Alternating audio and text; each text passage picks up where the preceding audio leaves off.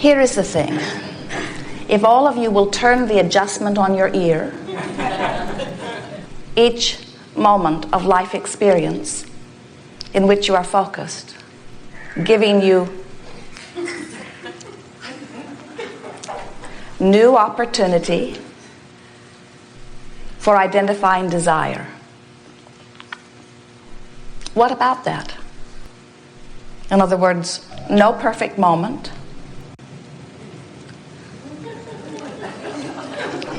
No moment in which everything is exactly as you want it to be. Continuing, adjusting moments, where in every segment of every moment, something else happens for you to respond to. And so it is not so much what is happening as it is what is your response to it. In other words, if you are waiting for the perfect moment in time where everything is just as you need it to be for your world to be a perfect world, then there will undoubtedly be some frantic adjustment, some frustration. But if instead you hold the knowing that all is well anyway, and nothing matters really very much anyway, and that one way or another you'll get it molded into something that works for you, so that the platform of your experience is one that says all really is well, and perfection is an illusion, but new desire is an inevitable result of contrasting life experience. And when you begin to realize that in every imperfect moment, and they all are, because we are eternal, in every imperfect moment comes the new clarifying preference. And as the new clarifying preference is born, and you do not stay doggedly focused on what has given birth to the preference, but instead you adjust and relax into the idea of what you have concluded that you prefer, it is amazing how quickly universal resources come round to accommodate you in your new desire. It is a wonderful thing how every consciousness, whether you are a full-fledged genius human, or whether you are a cell in a human body, or whether you are the one-celled amoeba in the ocean, or any particle within the universe, every particle is consciousness, and every consciousness is asking, and every asking is responded to, and every response can be received if you will relax and allow yourself to be a vibrational match to that which you are reaching for. Most of you have heard that on many occasions from us. Most of you are getting the sense of what deliberate creating is. And you are following us as we modify even the title of this gathering from science of deliberate creation, science meaning it is always evolving, deliberate meaning you are consciously aware of what you are wanting and do it on purpose, to art of allowing, which really speaks more fully to what your part in deliberate creation is. Your part in deliberate creation is allowing yourself to be connected to the energy that is your source. It's such a wonderful thing when you realize that source is responding to you, and that the only thing that ever separates you from anything that you have already consciously or even unconsciously concluded that you desire, the only thing that ever separates you is your vibrational inconsistency with that. And the only way that you could ever be vibrationally inconsistent with your own desire is that you're focused upon something other than your desire. Sometimes physical friends have a hard time hearing that because they say, Abraham, no, I am not focused upon my desire. I know what I want, and I think about it often. And we say, are you really focused upon what you desire? Or are you focused upon where you stand in relationship to your desire? Are you focused upon the desire itself, or are you focused upon the absence of the desire? When you are asking for money, does the idea of the money that is coming thrilling you, or are you worried? That is the telling way, because if you are worried about the money that you are desiring, then you are inconsistent with the vibration of the desire. If you are worried about your health, then you are inconsistent with the vibration of your desire. If you are worried about your relationship or unhappy about anything, then you are inconsistent with the vibration of your desire. So as you begin to realize that the way you feel is your indicator of your consistency or inconsistency with your desire, of your allowing or your resistance to your desire, of your connection or your less than connection with your energy of source. So when we talk about allowing, the first place you have to start is with the premise that the only thing that flows is well-being, and I will allow it. That's what allowing is. Allowing is finding a way, any way, to find a way of focusing so that I can then be a vibrational match to that which I desire. And certainly, as has been very aptly demonstrated in this room here today, there are any number of things other than what you desire that could, in any moment in time, take your attention.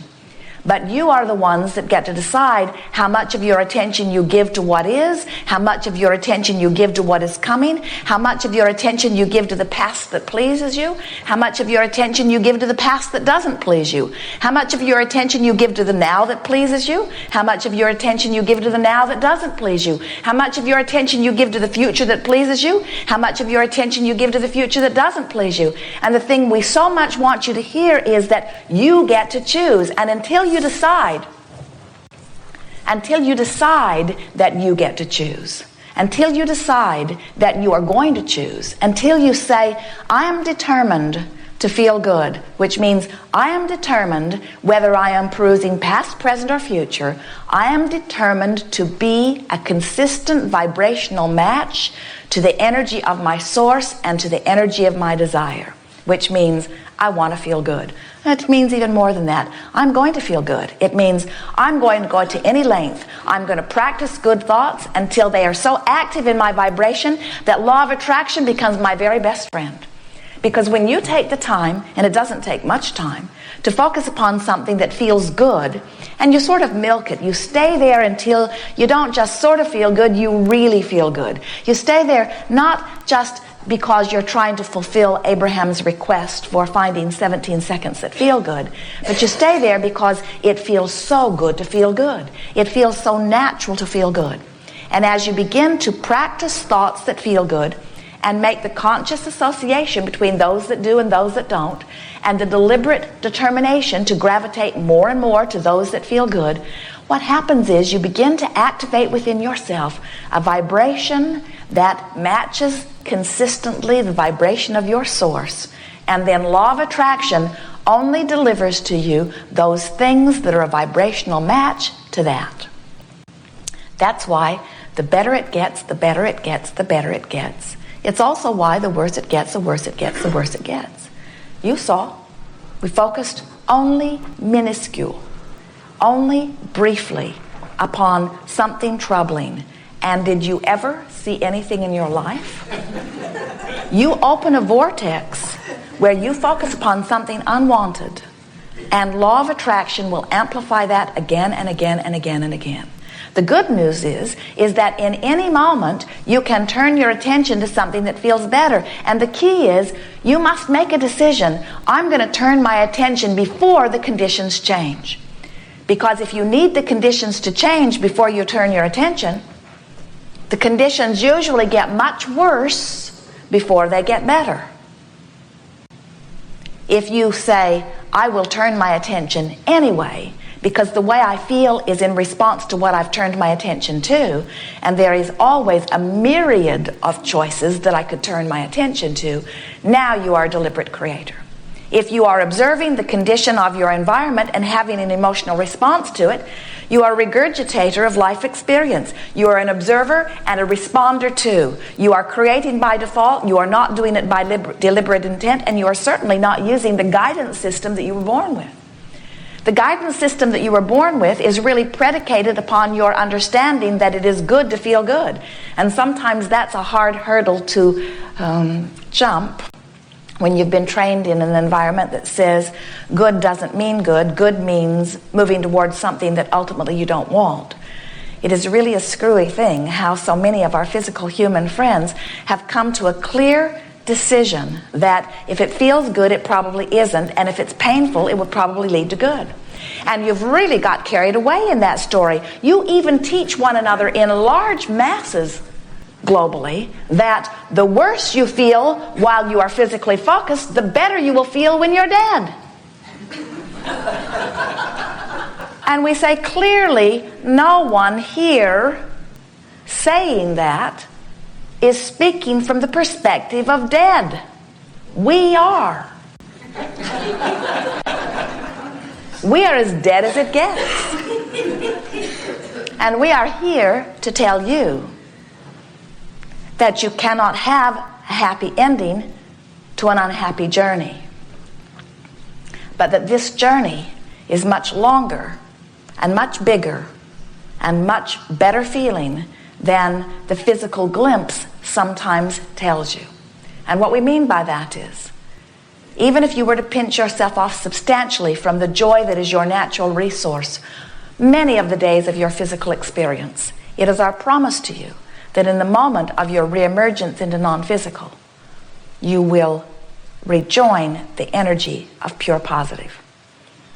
And so, there is no ending to our journey. But it is a joy-based journey. And the physical glimpse is small in relationship to the totality of that which we are all about. And we want to clarify that a little bit, because that could bring forth a little confusion to those who are really listening to us here today. You are much more than you see in these physical bodies. You are source energy. You are very old, very wise energy. And you have enjoyed many experiences.